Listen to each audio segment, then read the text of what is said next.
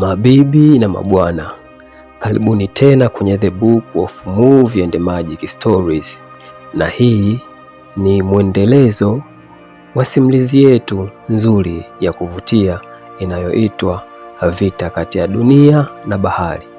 Tafadhali, kama ndo mara yako ya kwanza kukutana na chaneli hii, bonyeza alama ya kengele, subscribe ili wewe ni mtu wa kwanza kupata notification pale ambapo napokuwa nimeweka simulizi mpya.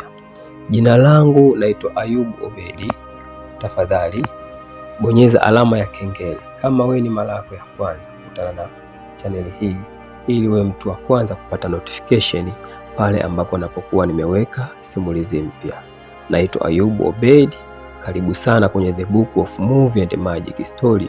Karibu sana kwenye The Book of Movie and Magic Stories. Na sasa tuendelee pale tulipoishia katika simulizi yetu nzuri ya kuvutia inayoitwa Vita kati ya Dunia na Bahari. Kamanda alisema, lakini mbona tope limekauka? Tope limekauka. Tope limekauka na hakuna mtu. Huyu Kapteni Morgan na mwenzie mbona hawaonekani? Jamani, hivi ni nini kilichokuwa kinaendelea hapa? Hapa kunaonekana kuwa kuna tope, lakini ni kama mahali palipokauka.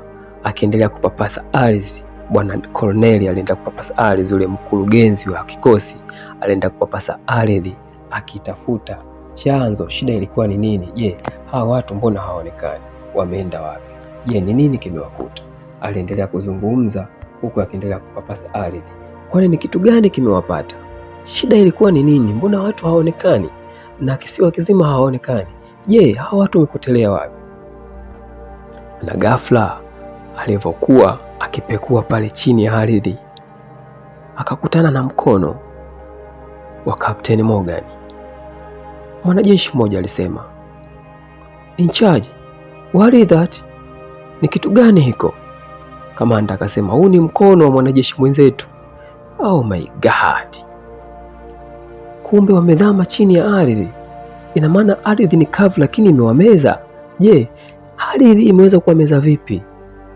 Walishangaa, ardhi ilionekana kuwa ni kavu lakini tayari ilikuwa imeshawameza. Je, ardhi ilikuwa imewameza vipi? Walianza kupiga mahesabu. Ina maana kilichotokea hapa, hii ardhi ilipasuka wakaingia ndani, au ni kitu gani kilitokea? Wakati huo wasikose majibu. Wakauliza, kwani nini tena hiki? Wamezama vipi hawa?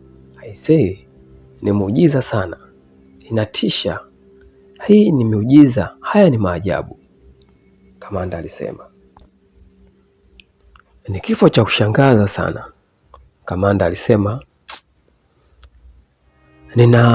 ninasema pole, ninatoa pole kwa kifo cha kwanza kutokea katika watu kati ya ambao tumekuja nao katika timu yetu. Naomba nitoe pole kwa nyinyi vijana wangu, lakini naomba msikate tamaa, kwa sababu vita tuliokuwa nayo mbele yetu ni kubwa.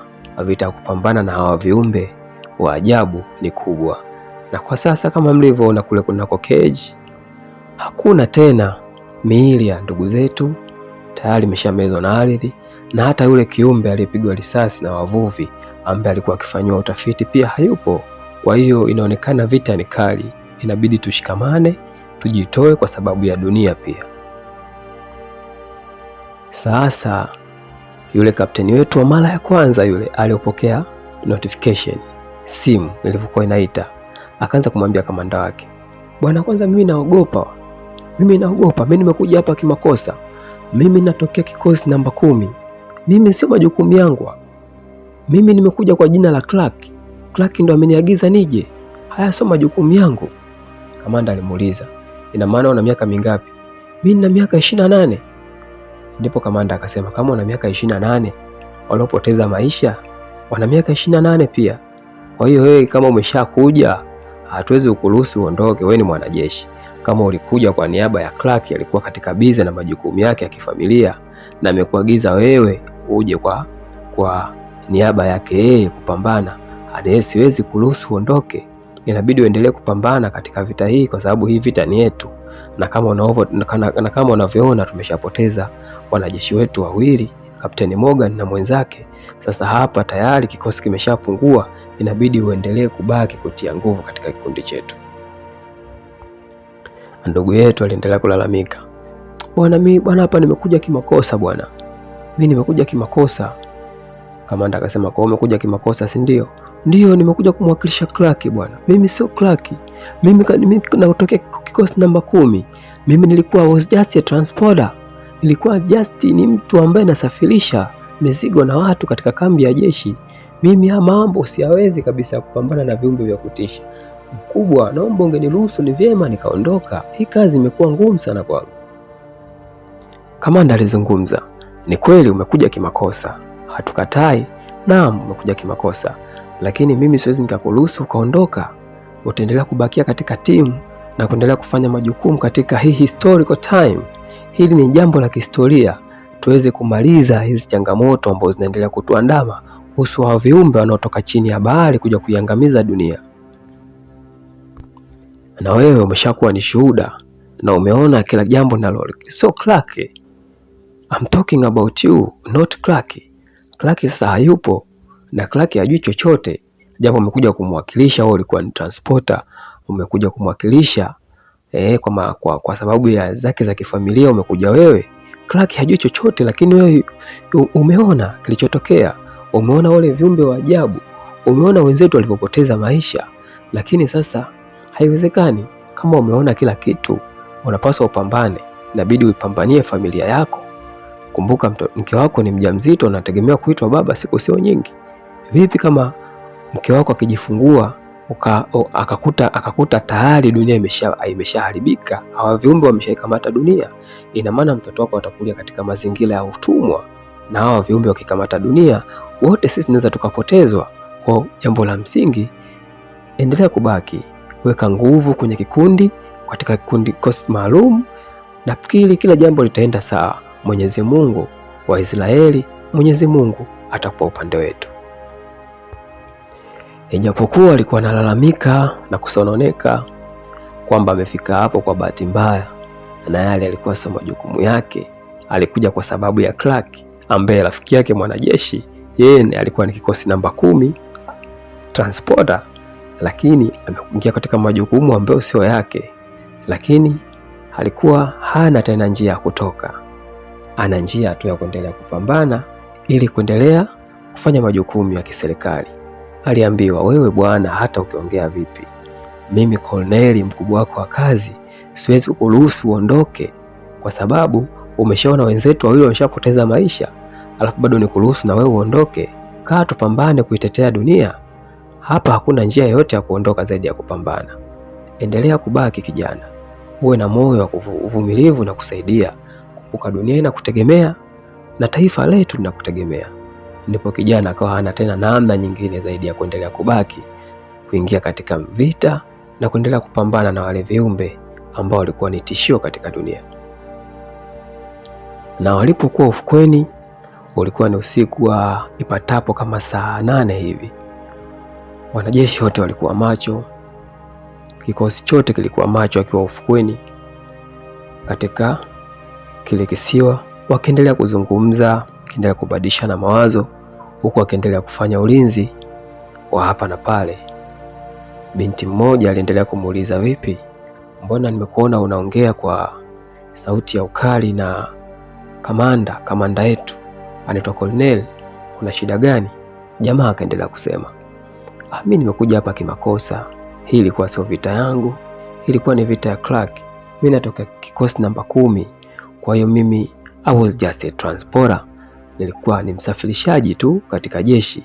Kwa hiyo mimi katika ngazi ya uaskari kuja kupambana na viumbe vikubwa kama hivi, inatakiwa watu ambao wametokea katika mafunzo maalum na kikosi maalum, na wala sio mimi. Kwa hiyo mimi nimefika hapa kimakosa. Yule binti akamwambia, wewe bwana, kama umeshafika hapa, maji ushavulia nguo, sharti yaoge. Mtoto wa kiume, usiendelee kulalamika na kuongea hili na kuongea lile. Shika silaha yako, usiangalie nyuma, tuendelee kupambana. Wakaendelea kutia story. Yule bwana akaendelea kumwambia, I say, tangia nazaliwa mpaka nafikia umri huu wa miaka 28, sijawahi kuona kiumbe cha ajabu cha kutisha kama kile, na wala sijawahi kuona na kusikia kifo cha ajabu kama Kapteni Morgan na mwenzake walivyokufa. Wamedhama ndani ya ardhi, hatujui wamezamishwa na nini, na ardhi ilikuwa ni kavu. Yule binti akamwambia, sehemu sisi ambao tumetoka tulikuwa tupo tunapambana katika kikosi cha maalum cha alien, lakini alien hawako duniani. Alien wanatokea sayari asiyojulikana iliyo juu katika anga kabisa la dunia. Lakini hawa viumbe ambao wanatokea baharini wanaonekana ni viumbe ambao wanaishi hapa hapa duniani, lakini karne na karne zilizopita, maelfu ya karne, inasemekana kwamba hawa viumbe walikuwa wanaishi duniani, lakini baada ya Mwenyezi Mungu na kudra zake na rehema zake, hawa viumbe walijikuta wakihama duniani na kuhamia baharini. Hatujui kitu gani kiliwakuta, hatujui je ni laana, walikuwa sio samaki lakini walihamia baharini, labda kwa sababu ya maumbile yao walikuwa kama samaki. Jua lilikuwa likiwatesa katika dunia, ndio maana wakahamia katika bahari. Ila inasemekana hawa viumbe sasa wanataka kurudi kuikalia dunia. Sasa kama wanataka kurudi kuikalia dunia, sisi hapa duniani tutakuwa hatuna cha kwetu. Hawa viumbe wanashambulia, hawa viumbe wanaua, hawa viumbe wana tekniki nyingi, na hii dunia wanaijua, walianza kuikalia wao kabla yetu sisi. Hivyo inabidi tuwe makini na kuendelea kuwa na utulivu, tuendelee kupambana, kutafuta njia rahisi ya kuweza kupambana na hivi viumbe. Akaendelea kuzungumza, think about it. Fikiria, hawa viumbe walikuwa ni wa kwanza kuishi katika dunia, na kama walikuwa ni wa kwanza kuishi katika dunia, technically wanaweza kurudi kwa sababu hii dunia ni ya kwao. Na wakati wanaishi katika dunia si binadamu hatukuwepo, na waenda wanataka kurudi katika hii dunia tena kuikalia, na watakaporudi katika hii dunia kuikalia, hawatokubali sisi tuwatawale, kwa sababu wenyewe hii dunia ni ya kwao na wanaijua, wanajua chochoro zote za duniani kwa sababu wenyewe ndio walikuwa kwanza kuikalia. Basi sisi hapa duniani huenda tukaangamizwa kabisa. Ndio maana tuko hapa leo kuitetea dunia. Na ghafla kuna tukio liliripotiwa ghafla. Chap kwa haraka wakaacha maongezi, wakakimbia kwenda katika kitengo maalum kilichokuwa katika ufukwe.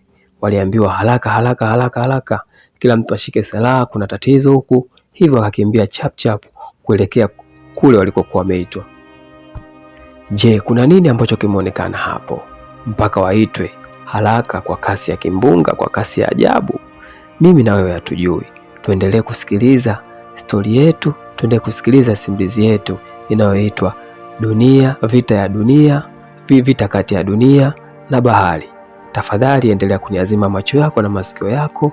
Kumbuka hii ni The Book of Movie and Magic Stories.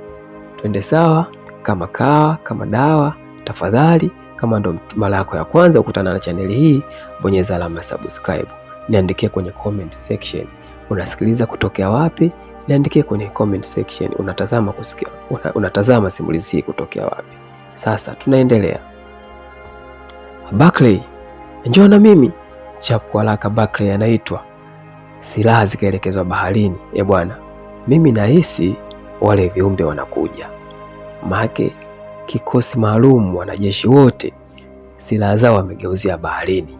On target, on target, on target, walisema. Hapo sasa nafikiri kuna vile viumbe sasa vinakuja.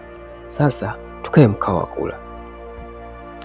Walijificha nyuma ya mchanga. Wametengeneza kama mapipa hivi, kwa ndani yake wameweka mchanga ambao hata risasi yoyote ya aina yoyote haiwezi kupita. Wakiwa nyuma yake wamejificha, wameshika bunduki, na wengine wakiwa pembeni wamejificha, wameshika bunduki, wakitazama nini kinakuja mbele yao. Na ghafla katika bahari, bwana, kiumbe mmoja wale akatokea kwa ameshika silaha yake. Bwana, hao wanaitwa Momo Aqua. Ni viumbe ambao ni binadamu nusu samaki, yaani maumbile ni ya samaki kabisa, lakini wana maumbile ya binadamu. Wana mikono miwili, wana vidole vitano, wana miguu miwili, wana kichwa lakini hawana nywele. pia wana meno marefu na pia macho yao ni kama binadamu, lakini yapo kwa aina yake, wanatisha kidesign. Makamanda wakashikwa na hasira kweli kweli. Yaani hawa viumbe ndo wamesababisha wenzao kupelekea kufa na kuzamishwa katika ardhi. Yule mwamba bwana alikuwa haogopi. Alikuwa akisogea taratibu kutoka katika maji, taratibu akisogea taratibu. Koloneli kamanda akasema, sasa kwa amri yangu wote shusha silaha chini. Wanajeshi wote wakashusha silaha chini. Na hapo wanasayansi wakasema, sasa tunahitaji mtafsiri ili tuweze kuongea na hawa viumbe tujue wanataka nini. Maana kupambana nao hatuwezi. Hawa ni viumbe hatari sana. Tunataka tuzungumze nao tujue wanataka nini. Kwa sababu ule kiumbe wa kwanza baada ya kumkamata walimfanyia utafiti, walichukua sampuli maalum ya kufanyia utafiti. Sasa wanataka wazungumze na ule kiumbe kupitia mionzi au sauti maalum kutoka kwao na kutoka kwa ule kiumbe, kisha wanatafsiri katika kompyuta zao za kisayansi. Na hapo mtafsiri akaweka mambo yake sawa ili kama kutakuwa na mazungumzo wajue wanazungumza nini. Na yule kiumbe akapiga kwanza kelele moja ya ajabu ya kutisha. Yule kiumbe alikuwa ni hatari, alipiga kelele moja ya hatari ya kutisha. Wote wakafunga masikio yao. Na sasa sijajua kama ndio hiyo kelele ndo anazungumza au ni aje. Sijajua, je, anazungumza ama ni nini? Na kisha daktari yule mwanasayansi akasema, hii kelele tuliyoisikia, hebu ngoja tujaribu kunasa mawimbi yake tuweze kutranslate ili tujue anasema nini. Wakabonyeza kompyuta ili kuweza kunyambua ile sauti ya yule kiumbe wasikie anasema nini. Kapteni akasema, jina langu naitwa Kapteni Koloneli. Tuko hapa tunakusubiri, tunahitaji mazungumzo na wewe. Kwa niaba ya dunia tuko hapa, tunahitaji kujua unahitaji nini kutoka kwetu binadamu. Walimwambia kiumbe yule kwa kupitia mawasiliano maalum ya kisayansi yenye kutoa sauti, kisha kiumbe yule ile sauti ikamuingia na akaelewa je, kitu gani kinaendelea pale. Na kisha yule jamaa naye akazungumza, maneno yake yakatafsiriwa, you killed us, umetuua. Yule kiumbe alisema. Kamanda akajibu akasema, tumewaulia watu wenu, tumewaulia mtu wenu, lakini hata nyie mmetuia watu wetu wawili. Kwa hiyo sote, si sisi, si nyie, sote tuna makosa. Na sasa tunahitaji hili jambo tulizuie. Hatuhitaji vita na nyinyi. Tunaomba muendelee kusalia kuishi katika hiyo bahari, mtuache ubinadamu tuendelee kuishi katika dunia. Kamanda alisema. Na kisha ule kiumbe naye akasema, I agreed, tumekubaliana na hilo. Maana yake kiumbe amekubali suluhu, amekubali kutokuendelea na vita. Kamanda akasema, natumaini tunaweza tukakutana bila ugomvi, kwa amani, kwa mazungumzo zaidi. Yule kiumbe akasema, I agreed, nakubali.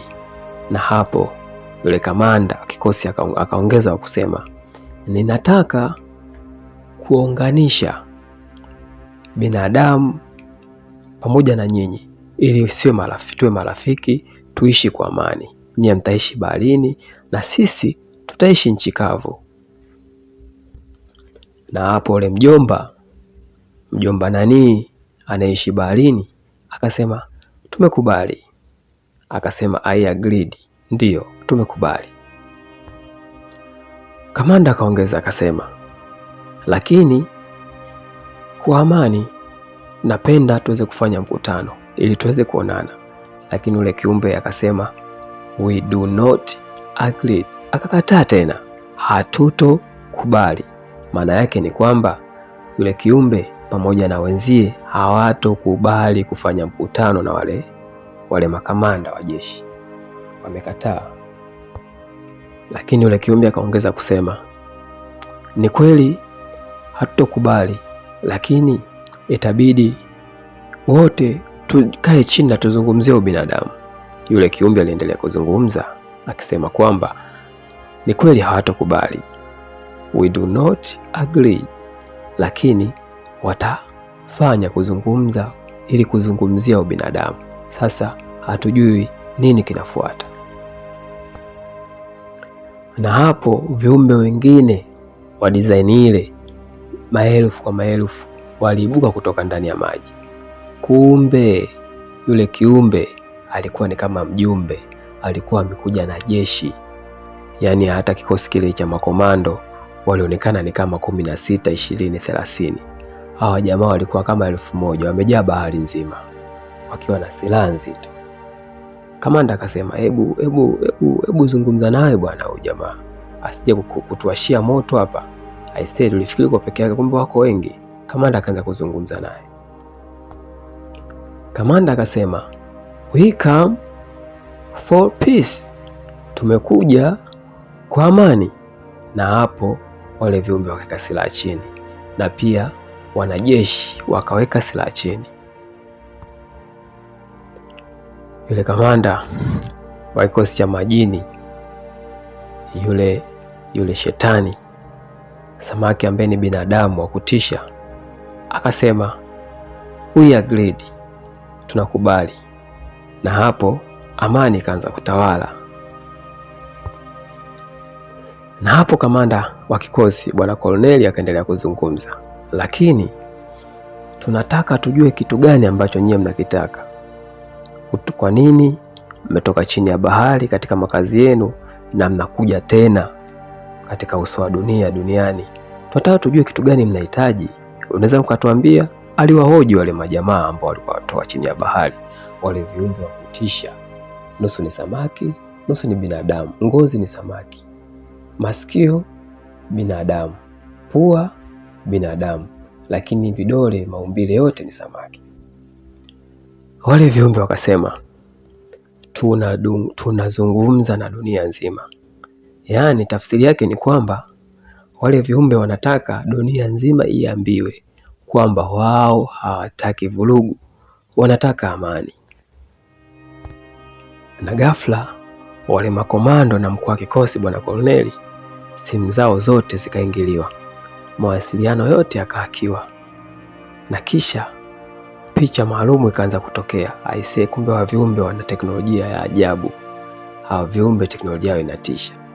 Kumbe wakati ule wale viumbe wako pale tayari walikuwa wanaonekana dunia nzima. Tayari dunia nzima walikuwepo.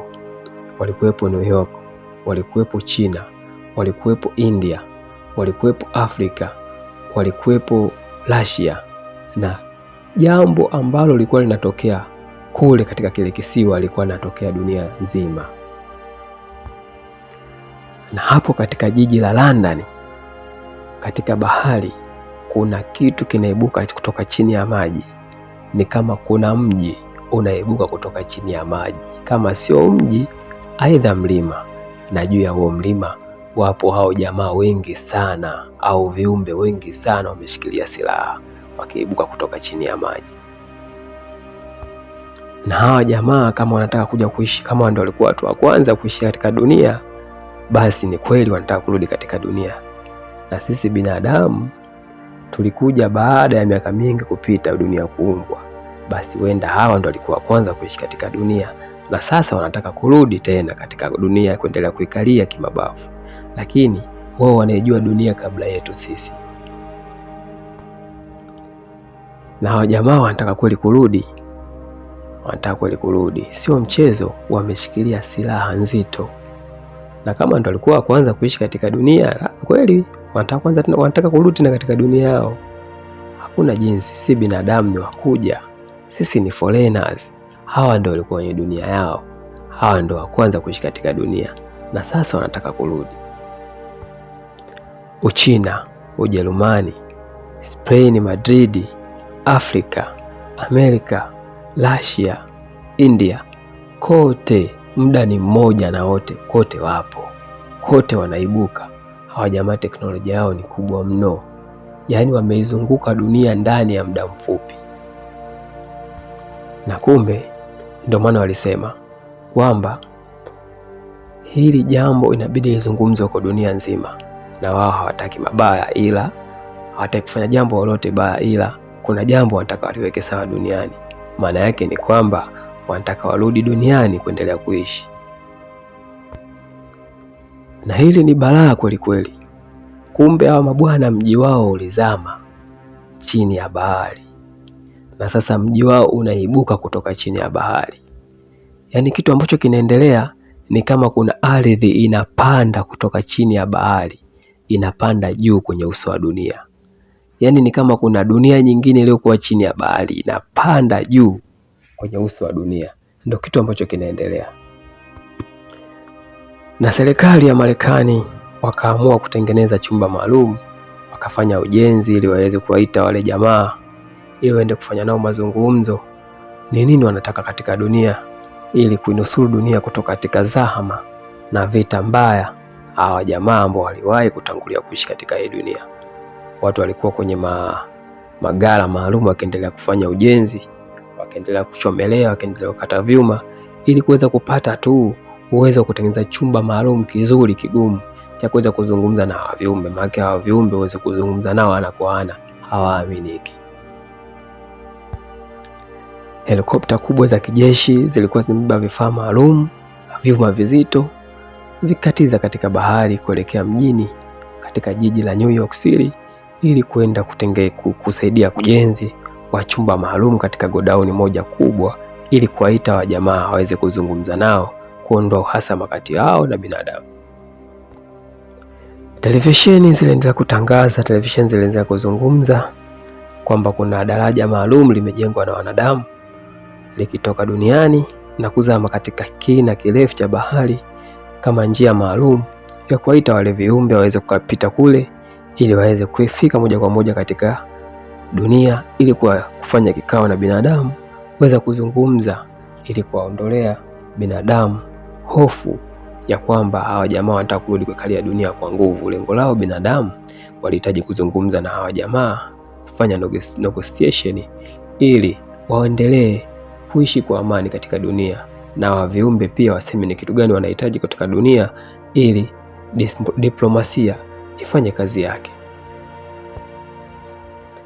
Na baada ya siku kupita, yule bwana akarudi nyumbani. Baada ya kurudi nyumbani, akakutana na mke wake. Mke wake alikuwa pia na mdogo wake wa kike, shemeji yake. Mke wake akamuuliza, mume wangu, vipi, kwa majukumu mazito ya kazi? Mume wake akamjibu, ndo kazi za askari, sikupewa majukumu mazito sana, lakini mimi natokea katika kikosi cha namba 10.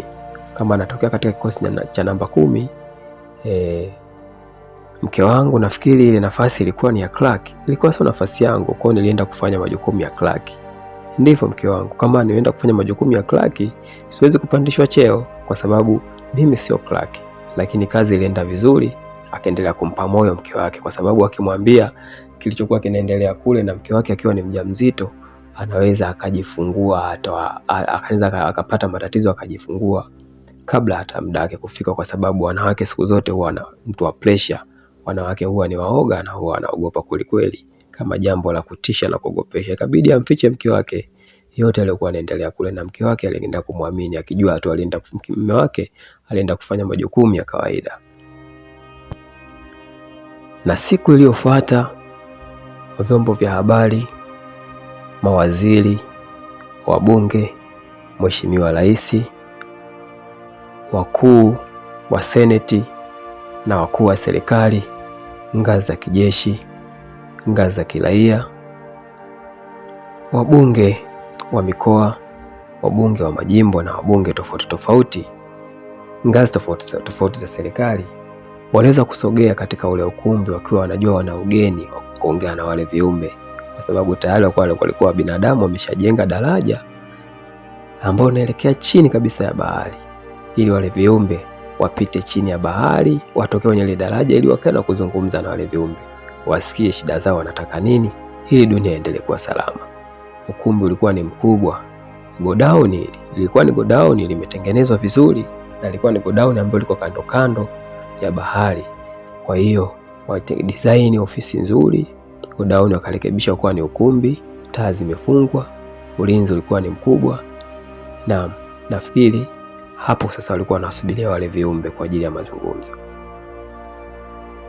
Na televisheni za serikali zilitangaza uwepo wa mkutano mkubwa kati ya viumbe wa kutoka chini ya bahari pamoja na binadamu. Nakumbuka wa viumbe tayari wameshatengenezewa njia nzuri kutoka chini ya bahari katika sakafu kabisa chini ya bahari, sakafu kabisa chini ya bahari mpaka nchi kavu katika dunia. Na serikali ya nchi ya Marekani ilikuwa ikitangaza kabisa kwamba jambo gani linakuja kutokea katika dunia na jambo gani linakuja kuendelea. Hivyo wananchi waliambiwa wakae mkao wa kula, wakae kwa utulivu, wasipanic. Tayari serikali inaendelea kuweka mambo sawa na dunia itakuwa katika mikono salama. Lengo lao kubwa kilikuwa ni kutengeneza usawa au kikao maalum, na hapo waweze kuzungumza, je, wataweza vipi kuishi na hao viumbe katika dunia. Na hiyo ndio tunaita vita kati ya dunia na bahari.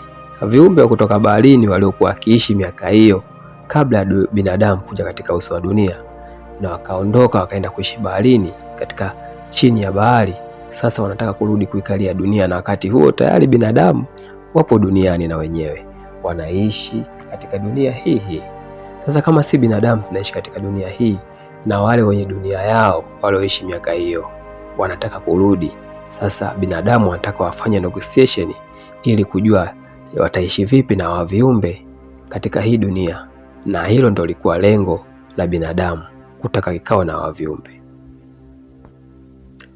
Ukumbi uliendelea kufurika waandishi wa habari, ukumbi uliendelea kufurika viongozi mbalimbali wa kiserikali. Vile vile jeshi lilikuwa kabisa limejipanga kwa chochote ambacho kitatokea, na ukumbi ulikuwa umejengwa mahususi kwa ajili ya kufanya kikao na viumbe. Lilikuwa limeshajengwa bomba kubwa lenye vyumba maalum ambavyo ipo kama aquarium. Nikisema aquarium na maanisha chumba kama cha kuwekea samaki. Kuna wale samaki wenye rangi wale huwa wanawekwa kwenye vyumba maalum, wanakuwa wanapewa, wanadondoshewa vyakula wanakula. Sasa katika hilo godown au huo ukumbi, kwa sababu wale viumbe wapo kama samaki, wametengenezewa vyumba maalum ambavyo ndani yake kuna maji. Hivyo watafanya mawasiliano vizuri na binadamu, na hapo watazungumza, na hapo wataelewana, je, ni nini kitatokea. Tuendelee na simulizi yetu. Na maji sasa yanaanza kuingizwa kuelekea katika aquarium. Yaani kuna milango maalum ya umeme ambayo imesetiwa ili ikifunguliwa tu maji yanaanza kutoka chini ya bahari, yanaanza kuingizwa katika vyumba maalum. Hivyo maji yalianza kuingia kwa kasi katika hivyo vyumba ambavyo vilikuwa ni vyumba vioo kwa ajili ya wale binadamu samaki. Napenda kuita binadamu samaki kutokana wana macho ya binadamu, lakini miili yao ina mabaka kama samaki. Hawana nywele, wana vidole 5 vya miguu, wana miguu miwili, wana mikono miwili kama binadamu, lakini hawana sehemu za siri. Wapo kama flat au flat screen. Hawa viumbe wanatisha, meno yao ni makali, wakiachama ulimi wao ni mrefu unatisha. Hivyo serikali ya nchi ya Marekani ilikuwa imeshaandaa mpango mzuri na maalum kwa sababu ya kuongea na viumbe. Na hapo maji tayari walikuwa washafungulia, akianza kuingia katika vile vyumba, ishara ya kuwakaribisha wale viumbe kutoka chini ya bahari ili waweze kuingia kule kwa mazungumzo maalum. Na ghafla bomba moja wapo ambalo lilikuwa likimwaga maji katika vile vichupa vile viboksi maalum likawa limeachia maji, yakaanza kumwaga kutoka nje. Lakini mafundi ghafla wakapanda juu kwa ustadi, wakaenda kufiksi ile sehemu ambapo maji yalikuwa yanatoka. Walikuwa na fiksi kwa sababu wale viumbe wasije wakapanda huku juu wakatokea ghafla huku katika binadamu walipokaa wakafanya fujo. Baada ya kufanya fujo, binadamu wakajihami. Baada ya binadamu kujihami, kwa sababu hao viumbe ni wengi na wako dunia nzima, basi wakaamua kushambulia dunia, na kisha binadamu wakapotezwa katika uso wa dunia kabisa. Mr. Chairman, binti alikuwa amevaa koti la rangi ya orange na nywele za brown, akasema, sasa tuko tayari, tunawakaribisha wageni wetu, na sasa bonyeza batani ili kufungua hizo chemba ili hao viumbe waweze kuingia tuweze kuzungumza nao. Na hapo wakatazama, wakaanza kuona katika system kuna viumbe tayari wameshaanza kuingia. Wengine wana rangi nyekundu, wengine wana rangi ya blue, wengine wana rangi ya njano. Kiukweli hawa viumbe walikuwa wanatisha. Hawafanani rangi. Wengine wana rangi hii, wengine wana rangi ile, wengine wana rangi hii, lakini wote ni viumbe. Hakika viumbe walikuwa wanatisha. Walionekana katika system wakiingia taratibu. Na kisha wakaanza kuulizana. Hawa wanne ni rangi tofauti. Hawa wengine ni rangi tofauti. Na huyu mmoja ni rangi tofauti. Ina maana huyu mwingine ni ambaye kwa rangi tofauti na hawa wengine ni kina nani? Walianza kujiuliza maswali. Na hapo wale viumbe wa mara ya kwanza waliongea nao kule kisiwani wako wameshafika. Wamekuja na silaha zao za jadi wakajipanga pale. Lakini kuna kiumbe mmoja ana rangi ya tofauti. Wanajiuliza ni nani?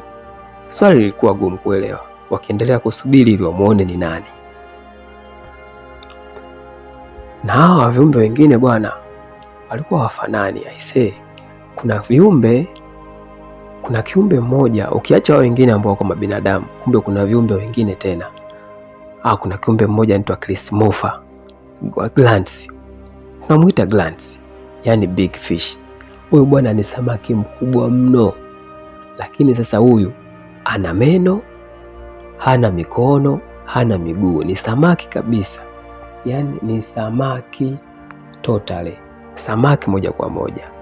Sasa kuna ule kiumbe mwingine wanamsubiri. Yule kiumbe ambaye alikuwa na rangi nyekundu ambaye walikuwa wanajiuliza wanamsubiri waone je ni kiumbe wa aina gani.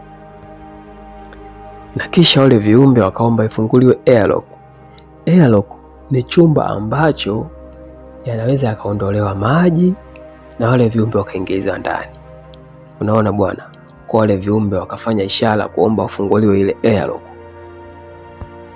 Na kisha baada ya airlock kufunguliwa, wale viumbe wakaingia. Waliingia watatu, akiwemo na yule mwingine wa kiumbe wa ajabu mwenye ngozi ya kutisha, akiwa hana miguu wala mikono, akiwa ni samaki kabisa. Wote wakaingia katika kile chumba ambacho kimefunguliwa, kile chumba maalum kinaitwa airlock. Na baada ya ile airlock kufunguliwa, maji wakaingia ndani na maji yakatolewa. Na maji yalipotolewa, yule kiumbe ambaye alikuwa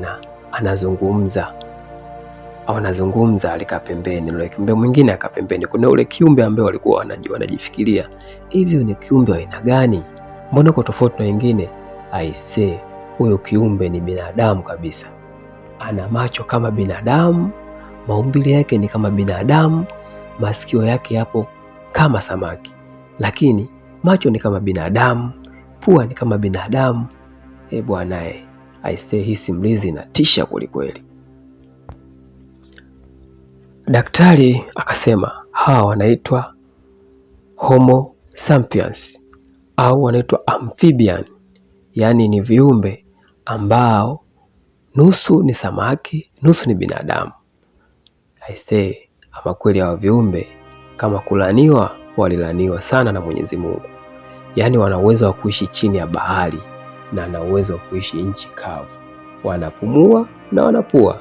Hawa viumbe wapo kama samaki ila wana uwezo wa kuishi chini ya bahari. Na baada ya hapo mkutano ukaanza. Karibuni sana nyie nusu ya binadamu. Tuko hapa tumewakaribisha, tunahitaji kufanya kikao na nyie. Na baada ya hapo ile mitambo ambayo ilikuwa imefungwa ile ya translate ikatranslate ile sauti, na pia wale wanyama wakasikia, wale viumbe wakasikia, kisha wakataka kuwajibu.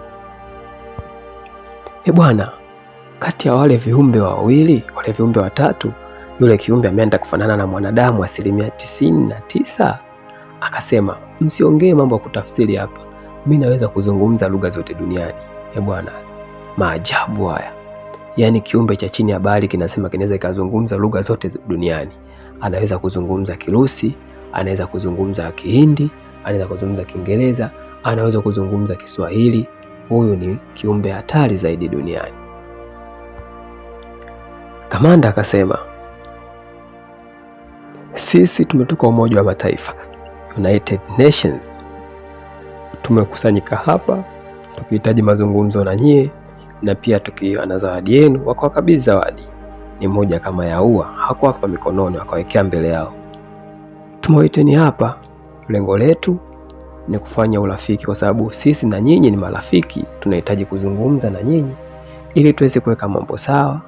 Hatuhitaji vurugu, hatuhitaji vita, tunahitaji Umoja wa Mataifa, United Nation, dunia iendelee kuwa salama. Sasa mnaweza mkotueleza ni nini mnahitaji, au kama kuna jambo lolote mnaweza kuzungumza, sisi tuko hapa kuwasikiliza. Na pia wale viumbe wakasema, tuna zawadi. Watoto wangu kutoka chini ya bahari wamenipa zawadi na waletee binadamu. Yule kiumbe akaendelea kusema, binadamu mnatuangamiza kila siku. Kila nikijifungua watoto wangu wanaangamia, vizazi vyetu vinaangamia huko chini ya bahari. Ndio maana tunataka kuja katika hii dunia ili tuje kuishi huko, kwa sababu binadamu kila siku mnamwaga takataka katika bahari, kila siku mnamwaga sumu katika bahari, na kila siku mnamwaga mafuta katika bahari. Hivyo dunia yetu ya bahari, ya chini ya bahari inachafuka, na hatuna tena amani ya kuishi katika chini ya bahari. Ndio maana tunataka tuje kuishi katika hii dunia, kwa sababu dunia yetu ya bahari tayari imeshaiharibu. Yule kiumbe aliendelea kusema, la sasa ndio tutafanya makubaliano, lakini tunataka tufanye mazungumzo na mmoja kati ya watu ambao tunawaona sisi ni muhimu sana katika maisha yetu. Ndipo yule kiumbe akanyosha mkono. Akanyosha mkono jamaa mmoja hivi wa kawaida sana. Akasema, yule pale. Yule brother akashtuka. Akashtuka kwa amevaa suti nyeusi. Akashtuka akasema, mimi? Kwani mimi na umuhimu gani? Kwani mimi ni nani? Mimi ni binadamu wa kawaida. Kwa nini mnataka kuzungumza na mimi? Makamanda, wakurugenzi, mabosi, watu wa Umoja wa Mataifa wakajiuliza, kwani huyu ni nani? Kwa nini huyu kiumbe ametokea kumwamini huyu? Huyu ana mawasiliano gani na hao viumbe? Pale yule jamaa alikuwa hana tena cha kujitetea, ilibidi aanze kuzungumza na wale viumbe, wasikilize wanasemaje. Yule brother akaendelea kujitetea, mbona mimi sihusiki? Kwa nini mnataka kuzungumza na mimi? Yule kiumbe akasema, tunataka kuzungumza na wewe kwa sababu ulituonesha heshima ile siku ambayo tulikuja kuchukua mwili wa mwenzetu katika ile keji. Baada ya sisi kuondoka, tulikuona ulitufanyia ishara ya msalaba. Hiyo ishara ya msalaba kwetu ni heshima. Sasa ndugu mtazamaji, ndugu msikilizaji wa The Book of Movie and Magic Stories, ile sehemu ya kwanza hii simulizi, yule bwana baada ya kukuta yule kiumbe pale alifanya heshima ya msalaba kwa jina la Baba na la Mwana na Roho Mtakatifu, amina. Kumbe ile ishara kwao ni ishara kubwa. Ile ishara kwao ni ishara ya heshima. Yaani wale viumbe ukiwafanyia vile, umewaheshimu, umewatukuza kwa hali ya juu, umewapa heshima. Bwana. Kwa hiyo wakasema, wewe ulifanya vile katika keji, kwa hiyo tunahitaji wewe ndio unaongoza haya mazungumzo.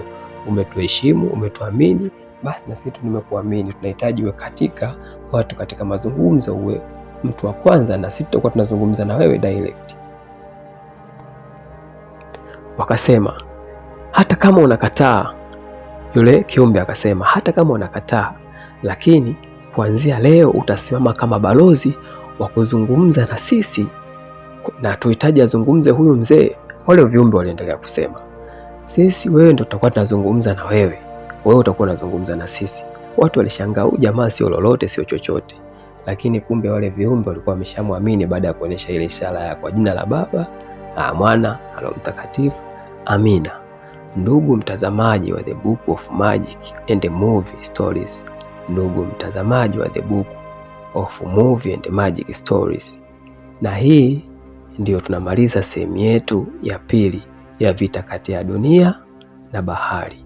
Simulizi bado haijaisha, huu ni mwanzo tu. Simulizi bado sana, yani bado mno. Naomba uendelee kufuatilia sehemu ya 3 inakuja, na ya 4 na ya 5 inakuja. Kwa hiyo hataisha sehemu ya 5, simulizi bado sana. Tafadhali, kama wewe ni mgeni kwenye hii channel, bonyeza neno subscribe, bonyeza alama ya kengele, subscribe uwe mtu wa kwanza kupata notification pale ambapo nakuwa tumeanza simulizi mpya. Jina langu naitwa Ayubu Obedi.